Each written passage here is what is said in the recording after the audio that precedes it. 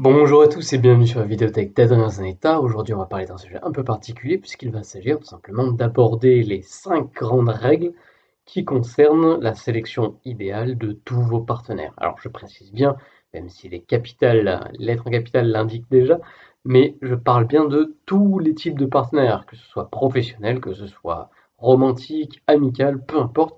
Dès qu'il y a un partenariat, quel qu'il soit, ces règles-là s'appliquent si on désire avoir une relation qui inévitablement va tourner de la façon la plus adaptée pour notre plus grand bien. Et dans d'autres cas, eh ben effectivement, si certaines de ces règles ne sont pas respectées, de manière inévitable, on peut d'ores et déjà comprendre que ça va aller vers une relation et c'est déjà techniquement une relation toxique.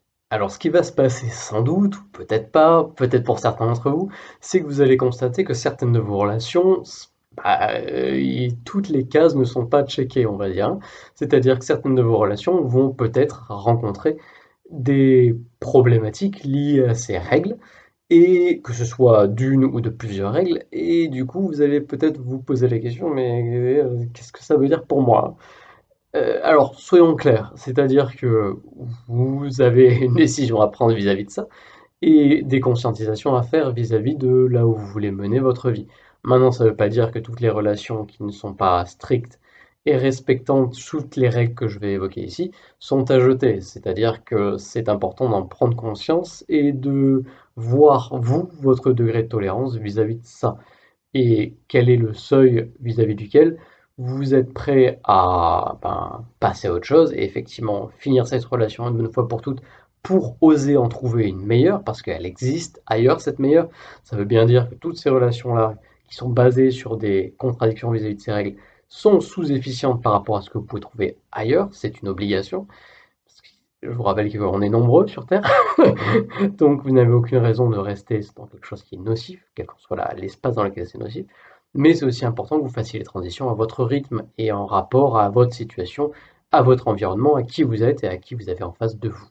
Donc la première des règles, c'est déjà, est-ce que ce partenaire, quelle qu'en soit la nature, je le répète une dernière fois, essaye de vous changer d'une manière ou d'une autre. C'est-à-dire que est-ce qu'il va tenter de finalement entamer ce partenariat dans l'espoir que vous évoluez plus tard ou tenter de vous modeler selon une idée qu'il aimerait avoir dans sa vie, quel que soit le type de contrat qui vous lie entre les deux. Et c'est important vraiment de comprendre pourquoi, dès lors que votre partenaire essaye de vous changer, c'est une forme de toxicité. Déjà parce que c'est une forme de privation de liberté, la liberté d'être qui vous êtes et d'évoluer selon vos propres règles. Aussi comprendre que s'il essaye de vous amener ou de compromettre un peu votre naturelle évolution, en vous donnant une direction selon ses propres standards, c'est aussi une énorme forme de coercition de manière générale. Donc, c'est aussi en soi une forme de décision totalement illogique. C'est-à-dire qu'il pourrait choisir n'importe qui, mais il décide de commencer un partenariat avec quelqu'un qui ne correspond pas déjà à ce qu'il cherche. Donc en soi, c'est en soi une structure qui est menée tout simplement à beaucoup de souffrance, beaucoup de haut et surtout de bas, de manière générale, et à inévitablement une dégringolade à la fin du parcours. L'autre grande règle, c'est de bien choisir ses partenaires dans une optique de neutralité de jugement dans même vos actes ou la façon dont vous les faites. Et j'insiste bien là-dessus, c'est pas une forme de compétence dont je parle, hein, c'est pas une forme de ne pas essayer de vous faire évoluer dans une forme de compétence. C'est parce que c'est évident que lorsqu'on prend une technique et que vous allez mettre suffisamment de temps dans la technique, vous allez évoluer dans cette technique. Mais on parle bien de vous et de l'éventuelle exposition à de la critique non désirée. C'est-à-dire quelqu'un qui va vous donner des conseils sur comment mener votre vie de manière générale que vous n'avez pas demandé. Évidemment, si ça fait partie de votre relation ou de la forme de votre relation que de recevoir régulièrement, constamment ou fréquemment une forme de critique, quelle qu'en soit la forme, et que vous aviez parfaitement décidé de ça de manière ouverte avec ce partenaire-là, évidemment, ça ne compte pas. Mais dans le cadre où vous n'avez pas nécessairement demandé une opinion, où vous avez juste un partenariat global, il est important de comprendre que c'est une forme très très très toxique de comportement, que de se permettre de donner des conseils qui ne sont tout simplement pas désirés. Et non seulement ça va nuire à votre santé mentale, à votre santé émotionnelle, à votre santé tout court, mais ça n'apporte rien d'autre que, encore une fois, une forme interne ou sous-jacente de conflit qui va finir par exploser d'une manière ou d'une autre, et c'est une structure plus qu'instable dans n'importe quel partenariat. La troisième grande règle, c'est l'absence pour une santé de partenariat qui est, on va dire, stable et tout simplement viable, c'est de bien comprendre que aucune violence, quelle qu'en soit la forme ou l'espace, n'est tolérable. C'est-à-dire évidemment la violence physique, mais également la violence émotionnelle et la violence mentale. Et c'est très très important de bien comprendre ça, parce qu'aujourd'hui on a beaucoup tendance à dénaturer ou alors à négliger les deux dernières. C'est-à-dire qu'on va dire, bon, ça va, il me tape pas. Oui, mais on s'en fiche au final si derrière, il va faire de la manipulation émotionnelle, il va faire de la manipulation mentale, il va mentir ou il va avoir une forme de pression, quel qu'en soit l'espace finalement. En soi, la violence, encore une fois et j'insiste, n'est en aucun cas tolérable sur aucun espace.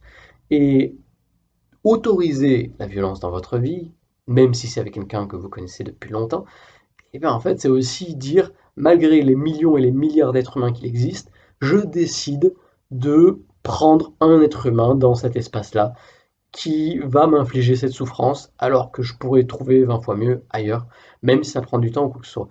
Vous ne méritez jamais de la violence, quel que soit l'espace, et c'est important que vous le conscientisez, et c'est important que vous preniez la responsabilité de prendre quelqu'un qui en a conscience aussi dans votre vie, plutôt que de quelqu'un qui se dit bah, cette personne, elle mérite rien d'autre que cette violence-là, que je vais justifier d'une manière ou d'une autre, parce que de toute façon, c'est toujours justifiable avec la plus grande mauvaise foi possible.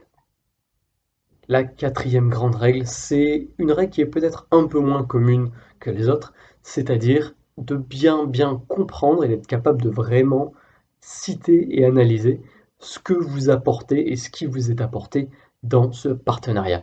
Et c'est bien plus important que ce qui n'y paraît en premier lieu. C'est-à-dire que lorsqu'il y a un partenariat, c'est un échange automatiquement. Peu importe que l'un a l'air d'apporter plus que l'autre dans un certain espace, si quelqu'un apporte beaucoup dans un espace et que l'autre prend beaucoup dans un espace, c'est-à-dire qu'il y a quelque chose d'autre qui est donné. Personne, le cerveau ne peut simplement pas considérer une relation s'il n'en tire rien du tout. Donc c'est important de bien savoir ce qui est donné et ce qui est pris dans la relation. Parce que rien n'est gratuit, mais c'est pas une question de paiement, c'est vraiment une question de coût et de nature de ce qui se passe. C'est-à-dire que peu importe dans ce que vous faites, même s'il n'y a absolument aucun argent qui est impliqué, et ben, c'est aussi une question d'honnêteté avec vous-même et avec votre partenaire, de savoir qui tire quoi. Parce que dans l'absolu, si vous ne tirez absolument rien, autant être seul. Et généralement, s'il y a un partenariat qui s'est mis en place, ou qu'il y a le désir d'un partenariat, c'est qu'il y a bien un échange. Donc, c'est très dangereux à plus d'un espace de considérer qu'on est chanceux dans un partenariat parce on reçoit beaucoup. Mais ça veut dire aussi qu'on donne beaucoup, mais on ne sait pas dans quel espace. Et ça peut avoir beaucoup d'implications au fil du parcours, à plus d'un titre, et pour les deux partenaires en l'occurrence. Et enfin, finalement, la cinquième et dernière règle que je vais citer aujourd'hui, qui va concerner plus le retour sur les précédentes expériences et comment éviter de renouveler encore et toujours les mêmes erreurs en termes de choix de partenaires dans tous les espaces. C'est tout simplement de bien comprendre qu'est-ce qui en vous a provoqué ça. C'est-à-dire que vous êtes responsable de l'effet que vous avez provoqué dans votre vie. Et ça veut dire que soit vous vous êtes reconnu dans ce que vous êtes allé chercher dans ces partenaires qui ont contredit ces règles-là, soit c'est un effet miroir, c'est-à-dire que vous avez en vous quelque chose qui a envie de vivre ça. Donc c'est pas que vous incarnez exactement ce qui est en face de vous, mais c'est que vous incarnez la polarité opposée. Donc, dans un cas de violence, peut-être que c'est lié à un trauma qui a besoin d'être dégagé et qui a été vécu consciemment ou inconsciemment, peu importe, et qui encore impacte votre vie, ou c'est peut-être que vous-même faites preuve de violence et que vous ne vous en rendez pas compte. Et la meilleure chose que vous ayez à faire pour éviter d'en retrouver dans votre vie, c'est d'arrêter d'en faire preuve, parce que votre corps et votre cerveau va se modeler sur ce que vous lui demandez de se modeler.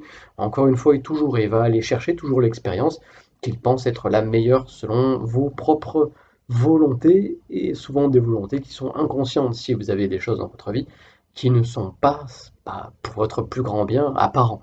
Donc, eh ben ça, c'est à vous de faire le boulot et c'est un travail sur soi qui doit être fait de manière sérieuse pour pouvoir permettre la sélection consciente des relations qui sont les meilleures pour votre plus grand bien et le plus grand bien de vos projets. Quoi qu'il en soit, merci beaucoup d'avoir regardé cette vidéo, j'espère qu'elle vous aura été utile, qu'elle vous aura apporté quelque chose.